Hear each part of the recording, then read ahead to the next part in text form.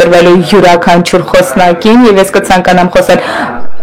խոսքը փոխանցել հարգարժան Վահան Կոստանյանին, Հայաստանի Հանրապետության արտաքին գործերի նախարարին, շատ ուրախ ենք, որ ձեր երկրում ենք հյուրընկալվում, շատ շնորհակալ ենք ձեզ հանդիպելու համար, շատ շնորհակալություն հարգարժան համանախագահող։ Ողջունում եմ ձեզ Հայաստանի Հանրապետությունում։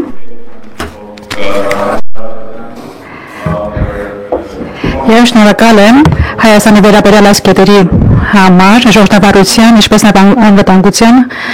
համար իհարկե սա չափազանց կարևոր քննարկում է, որը տեղի ունենում ծավալվում է այսօր։ Ինձ համար այն փաստը, որ մենք ծավալում ենք այս քննարկումը Երևանում, Հայաստանի Հանրապետության ազգային ժողովում վերաբերում է նրան, թե ինչպես կարող են ժողովրդավարությունները օգնել, որպեսզի միմյանց անվտանգությունը ապահովեն եւ ոչ ոք այսօր չի կարող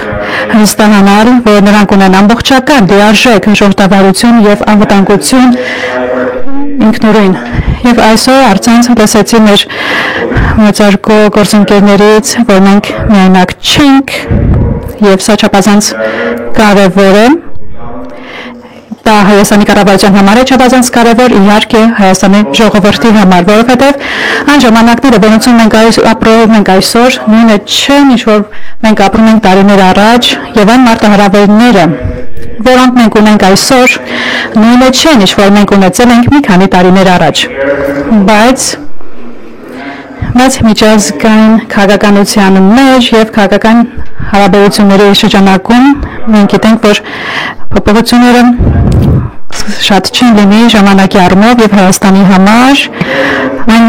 հասկացությունը տարածքային ամբողջականության գաղափարը հիմնականն է միջազգային հարաբերությունների եւ ես հպարտ եմ ասելու եւս մեկական այն ինչ որ դուք լսեցիք առավոտյան որ Հայաստանի եւ Ադրբեջանը հաստատել են խաղաղություն հիմնված տարածքային ամբողջականության գաղափարի վրա, հիմնվելով Ալմատայի հռչակագրի վրա, որը հայտարարում է փաստացին, որ բոլոր նախկին սովետական միության անդամները ընդունում են, ճանաչում են միմյանց տարածքային ամբողջականությունը եւ ես հավատում եմ, որ սա առանցքային է ոչ միայն Հայաստանի եւ Ադրբեջանի միջև եղած հարաբերությունների համար, ինչպես նաեւ ոչ միայն մեր երկկողմանի հարաբերությունների համար, այլև արևելյան գործընկերության բոլոր անդամների համար։ Եվ քանի որ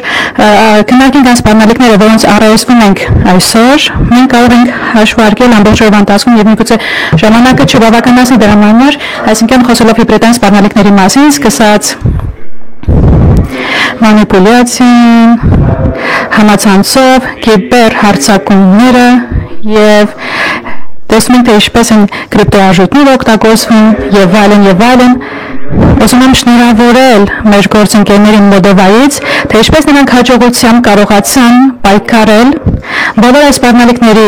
դեմ եւ նաեւ ընդունել, որ դա անհնար կլիներ առճակատվել հիբրիդային սպառնալիքների դեմ միայնակ եւ եղել է համախոհների մեծ աջակցություն, ինչը մեծ զգալի նշանակություն ունեցել Մոլդովայում եւ մեկնաբանելով այն մասին, ինչ համանախագահ Լագոդինսկին նշեց այս ժողովրդավարության մասին, ինձ համար սա փոքր կամ նոր ժողովրդավարությունների մասին չէ, այլ այն ժողովրդավարությունների մասին, որոնք աջակցում են միմյանց։ Սա հրաշալի օրինակ է, թե ինչպես ժողովրդավարությունները եւ միատեսակ մտածողություն ունեցող համախոհները կարող են աջակցել միմյանց եւ նոր եւ փոքր ժողովրդավարությունները հաճախ շատ ընդհանրություններ ունեն եւ կարող են կիսվել դրանցով այլ ժողովրդավարությունների հետ եւ Մոլդովան կարող է հանդես գալ որպես շատ պայծառ օրինակ այս առումով եւ քանի որ մենք հաջորդ տարի մենք ունենալու ենք ընտրություններ եւ մենք հիբրիդային սպառնալիքներին ենք առայսվում եւ մենք հույս ունենք, որ նորից մենք մենակ չենք լինի այս սպառնալիքներին դիմաց։ Չափազանց կարևոր է հասկանալ հիբրիդային սպառնալիքները, բացահայտել դրանք եւ ֆինանսները եւս բացահայտել շատ անձնական մակարդակով եւս։ Դժբախտաբար եղել են որոշակի հայտարարություններ այսօր երեք, որոնք ցույց են տալիս, որ նույնիսկ որ օգոստոսի լսարանը ևս մեկնաբանություններից կամ մանիպուլյացիաներից զերծ չի մնացել եւ հիմա վերադառնալով արևելյան գործընկերությանը, ինչպես արդեն նշեցի, աշխարհը նույնը չէ։ Եվ արևելյան գործընկերությունը ևս նույնը չէ։ 2009 թվականին, երբ որ արևելյան գործընկերությունը հիմնադրվեց, դա արևելյան հարևանությունն էր, բայց այսօր մենք բարձրացել ենք այն մտածողությունից Եվրոպայում, որ արևելյան հարևանությունը, արևելյան գործընկերությունը չէ, այլ դրանից էլ վերը, հատկապես եթե մենք հաշվի ենք առնում այն թեմաները, որոնք մեծ նշանակություն ունեն Եվրոպական միության համար եւ Եվրոպայի մասին համար առհասարակ, հատկապես համախմբվածությունը, կապերը եւ ռազմավարությունը, ճկուն ռազմավարությունը օգնում է օգնելու Եվրոպայի նոր ծնունդին եւ նաև աջակցում ենք Սևծովյան ռազմավարությանը, նաև աջակցում ենք մեր բոլոր գործընկերներին, որպես իրենց ռազմավարությունները կատարելագործեն, հատկապես եւ կա երկու հիմնասյուներ, առաջինը կապը, համախմբվածությունը, երկրորդը կապերը եւ երկրորդը անվտանգությունը։ Անվտանգության հետ կապված հատկապես այսօր Հարավային Կովկասում եւ Հայաստանը ևս շատ բան ունի առաջարկելու մեր միջազգային գործընկերներին եւ միատեսակ մտածողություն ունեցող համախոհներին, բացր կոմունիկացիոն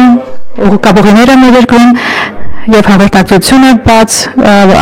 մոտալուտ ապագայում կօգնի Եվրոպական միությանը, որպեսզի կապ հաստատի միանա այնպիսի տարածաշրջանների հետ, որոնք ռազմավարական նշանակություն ունեն։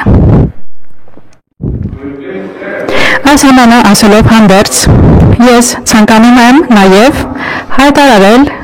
այն թեմաները, որոնք մենք քննարկելու ենք Եվրոպական քաղաքական հանձնաժողովի մասին, դա քաղաքական դիմակայունությունն, կապերը եւ հիբրիդային սպառնալիքները եւ որ մենք կքննարկենք եւ ես հույս ունեմ, որ այսօրվա քննարկումը ճանապարհ կբացի հաջորդ տարի մայիսին այդ քննարկումների համար եւ ամենավերջում մենք տեսնում ենք եւ ականատեսն ենք լինում, որ Եվրոպական միությունը դառնա շատ առավել աշխարհաքաղաքական։ Ամենամեծ մարտահրավերը եւ ես կասեի անգամ հակառակորդ Եվրոպական միություն, այնի որ դառնա առավել աշխարհաքաղաքական առումով Եվրոպական բյուրոկրատիան է, որտեղ եղել են այսօր արագաշարժությունը չափազանց կարևոր է, իհարկե մենք ունենք հաջողության պատմություններ ևս, օրինակ դետորտական առաքելության տեղակայումը Հայաստանում կարևոր հաջողություններից է եւ լավ օրինակներից մեկն է եւ ես հույս ունեմ, որ Եվրոպան կլինի առավել արագ, առավել արագաշարժ եւ առավել աշխարհաքաղաքական առումով միտված Հայաստանի կողքին եւ արևելյան գործընկերության այլ երկրների հետ եւ ոչ մի անդամ արևելյան գործընկերության շրջանակներում չի լինի մենակ։ Շատ շնորհակալ եմ։ Շնորհակալություն հաջորդ